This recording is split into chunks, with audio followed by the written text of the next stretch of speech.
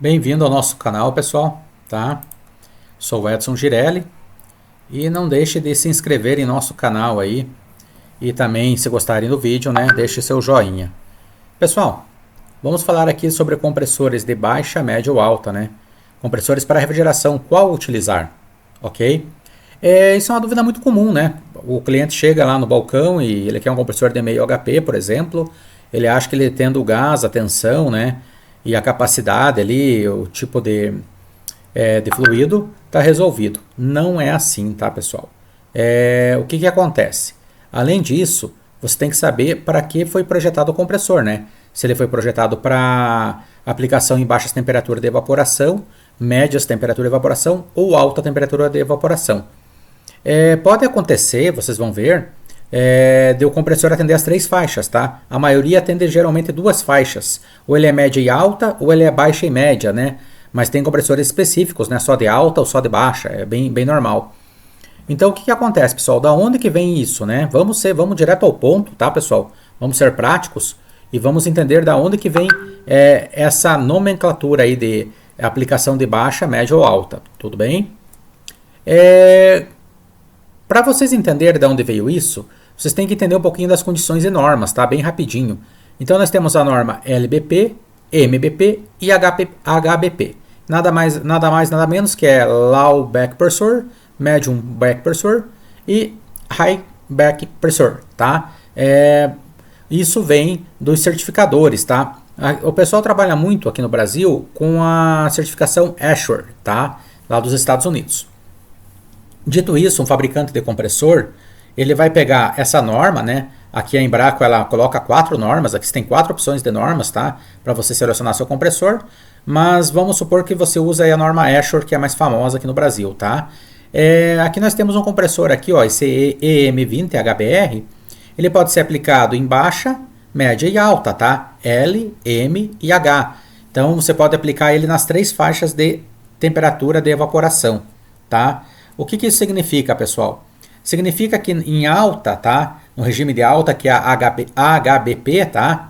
Que seria a alta pressão de retorno, você vai ter uma temperatura de teste de condensação de 54,4 graus Celsius e uma temperatura de evaporação de teste de 7,2 graus Celsius positivo, tá? Então, um compressor desse, ele está preparado para atender esse regime de operação. Você também vai ter aqui, ó, a condição de média pressão de temperatura, tá? Média pressão de retorno, que é a Medium Back Pressure. Então, nessa condição de média, pessoal, geralmente é a condição que você vai aplicar esse compressor para câmaras aí de 0 graus, aí para evaporar lá por menos 10, né? Então, você vai ter uma temperatura de condensação de 54,4 graus Celsius, tá? E uma temperatura de evaporação aí de menos 6,7 graus Celsius na norma ASHRAE, correto? O que isso significa, pessoal? Significa que esse compressor está preparado para trabalhar nessa faixa aí de temperatura de evaporação e condensação, ok? Mas isso é um número cravado para você normatizar o compressor e dar ali a sua capacidade em refrigeração para ele, tá? Dito isso, ainda nós temos aqui a baixa pressão de retorno, né, que é LBP. Na condição de baixa, nós vamos ter uma temperatura de condensação de 54,4 graus Celsius na norma ASHRAE e menos 23,3 graus Celsius na evaporação, tá? Esse tipo de compressores é aplicado em freezers e câmaras aí de baixa temperatura, aí de congelamento, tá, pessoal? O que acontece? Então, o mesmo compressor ele pode até atender as 3 faixas aí de regime, geralmente compressores de menor capacidade, mas a partir aí que ele começa a pegar um certo porta aí, a partir de 1/3 de HP, meio HP, ele já não vai estar, dificilmente ele vai estar preparado para ele desempenhar aí as 3 faixas de operação, tá? Então você tem que ter muito cuidado de não colocar esse compressor trocado, colocar um compressor de média em baixa ou um de baixa em média. Por quê? Porque um compressor de baixa pressão, um compressor para freezer, ele é preparado com um motor elétrico especial, né, via de regra menor, que vai dissipar menos calor, tá? Vai aquecer menos o compressor e ele vai aguentar o maior esforço mecânico em baixa em baixa pressão, tá? E também ele vai ter menos fluido de retorno para refrigerar ele, ok? Então tudo isso leva eu ter um compressor específico para baixa pressão de retorno, que é LBP. Se é um compressor de médio e alta, o contrário acontece. Eu tenho pressões maiores, eu preciso de um motor elétrico maior, eu preciso de maior torque para eu ter o deslocamento do fluido, tá nessa pressão maior. No entanto, eu tenho um retorno de fluido maior, de gás maior para o compressor para resfriar ele. Então, toda essa conta se fecha. Por isso que eu acabo tendo três tipos de aplicação aí, básicas aí no dia a dia, né? Ainda tem aplicações aí específicas, né? Ultra baixa pressão de retorno, pessoal. Aí você começa a usar aí algumas técnicas em cascata, né? Um compressor comprimindo para outro compressor. Não vamos entrar nesse mérito aqui, tudo bem? Uma vez dito isso, como é que eu sei se o meu compressor é de baixa, média ou alta? Pelo envelope do compressor, tá, pessoal? Eu olhando o envelope do compressor, eu vou saber se ele está preparado para ser numa aplicação de freezer, uma aplicação de ar-condicionado que é de alta, de freezer que é de baixa, ou numa câmara fria de resfriados, que é de média, né? Num expositor de laticínios, num balcão de carne, tudo isso é média temperatura, tá? Aonde que você vai ter baixa temperatura? Câmaras frias de congelados e freezers, basicamente, tá? Alguns tipos de máquinas aí também. Onde você vai ter média pressão de retorno, né? Compressores de média. Basicamente balcões, expositores e câmaras de resfriados. Aonde que você vai ter alta pressão de retorno, tá, pessoal? Basicamente, equipamentos de ar-condicionado, tá? Então, é assim que funciona. Esse envelope aqui que vocês estão vendo na tela, ele é um envelope aí de um Sanyo Panasonic, tá? Então, é um compressor preparado para alta temperatura de evaporação. Por quê? Porque se eu trago ele aqui, ó, na faixa de menos 10, evaporando, eu já só consigo condensar aqui no máximo até 50, pessoal. Eu já começo a limitar muito ele aí para uma pressão extrema de trabalho, tá? Então, ele vai se comportar muito bem aqui, evaporando entre 0 e 5, que é bem o regime de ar-condicionado. Aí eu consigo condensar aí até 60 graus, aí pessoal, passa 60 graus, né? Então, em cidades muito quentes aí com condensação a ar eu estou tranquilo. E é um compressor que vai muito bem nesse regime de funcionamento aí de alta pressão de retorno, ou seja, para um ar-condicionado, tá? Aqui nós temos um compressor que ele se comporta bem em alguns regimes de baixa e média temperatura, que é o nosso tradicional aqui MTZ064 da Danfoss, tá? Então ele está evaporando a menos 10, olha que legal aqui, ó, o pontinho dele está bem no meio do envelope, tá? Eu posso condensar aqui até 60 graus, então estou bem tranquilo aí em qualquer região quente aí com condensação a ar, né? E eu tenho toda essa faixa aqui, pessoal. Se minha carga diminui, minha pressão de evaporação diminui, estou tranquilo. Se minha carga aumenta, minha abertura de porta aumenta, eu consigo aumentar aqui minha temperatura de evaporação, eu continuo tranquilo. Ou seja, a minha bolinha verde de funcionamento, ela é dinâmica. Ela vai estar sempre num ponto ótimo de funcionamento e eu vou ter uma longa vida útil do meu compressor, tá? Essa linha vermelha aqui, ó, pessoal, é um regime de transição. Se eu estou dessa linha vermelha para a direita, o meu superaquecimento total, tá? Que é o superaquecimento útil, né, pessoal? Mas o adicional eu tenho o total. Ele pode ser até de 30 Kelvin, né? Ou seja, eu posso evaporar em menos 10 e chegar com o meu fluido lá 20 positivo no meu compressor tranquilamente.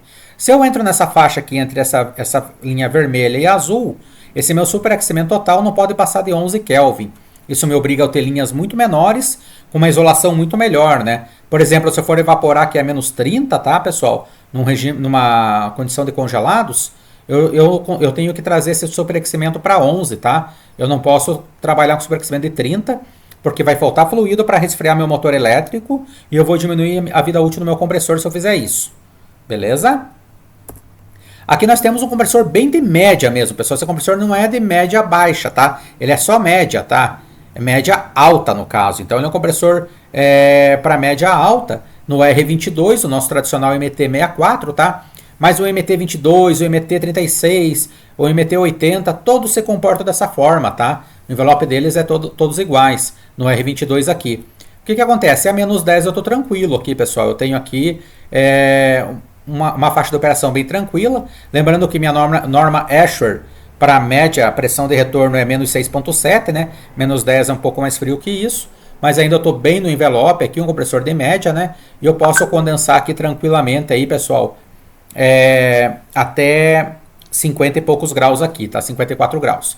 Se eu trouxer ele aqui para alta, tá? Evaporando a -5, a 0, a 5, eu estou tranquilo, pessoal. Então ele é um compressor muito tranquilo para usar em média e alta pressão de retorno.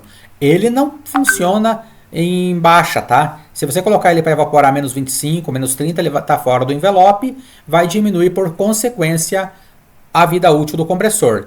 Linha vermelha e linha azul, mesmo critério. Linha vermelha aqui, pessoal, 30K de sobreaquecimento total. Se eu tiver na faixa entre a vermelha e a azul, meu sobreaquecimento total não pode passar de 11,1K, né? Aqui eu tenho o NTZ 136, pessoal. Também é um compressor da Danfoss, porém ele é de baixa pressão de retorno. Ele é um compressor para congelados, tá? Câmara frias de congelados, para freezers, tá? Expositores de baixa temperatura aí. Então, ele nem pode ser dito que ele é um compressor de média, tá? Porque aqui no final de -10 aqui, ele já está fora do seu ponto ótimo, tá, pessoal? Ele é um compressor que funciona muito bem evaporando aqui entre -25 até -35. Ele foi projetado para isso, tá?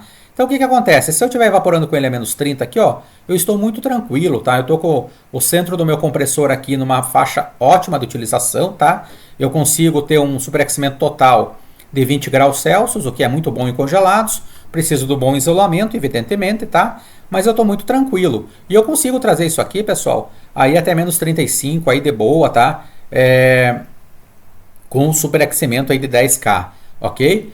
Para altas pressões, eu não consigo passar de -10. Por quê? Seu motor elétrico é menor para dissipar menos calor. Porém, ele não tem uma capacidade de operar em alto torque, tá, pessoal?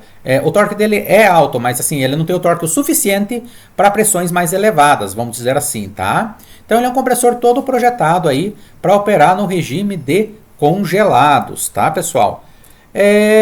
Dito isso, pessoal, deixa eu voltar aqui na nossa câmera.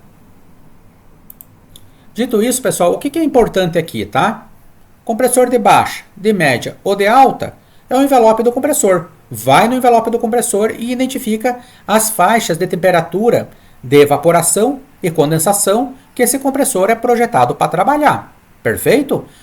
Dito isso, vocês estão tranquilos. Está com a aplicação correta, não vai ter desculpa de erro de aplicação, vamos dizer assim. Agora, vocês não podem confiar exclusivamente no vendedor, que ele pode perfeitamente vender um compressor, por exemplo, de um HP de congelados para um sistema de resfriados. Vai quebrar, tá? O contrário também é verdade. Se eu pegar um compressor de resfriados e colocar no sistema de congelados, também vai quebrar. No primeiro caso, se eu pegar de congelados e colocar num sistema de resfriados, a pressão é maior, vai faltar motor elétrico, vou quebrar o compressor.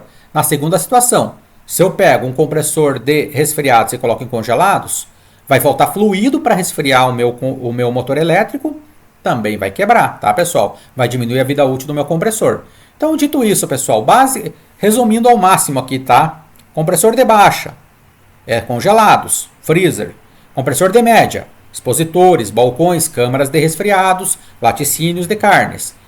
Compressor de alta, basicamente é ar-condicionado, tá? Alguns tipos de secadores de ar, tá? Aplicações industriais, tá? Chillers, ok? Então, tendo isso em mente, nas próximos vídeos, nas próximas videoaulas, vamos adentrar em mais detalhes, tá, pessoal? Vamos falar também como selecionar o compressor pela sua capacidade. Então, não deixem de ver o vídeo anterior nosso, vou deixar o link aqui no canal, tá? Que falou sobre os tipos de motores elétricos, tá? Baixo torque de partida, alto torque de partida, tipos de ligação de motores elétricos monofásicos nos compressores, tá? Ligação trifásica nesses mesmos compressores e tudo mais.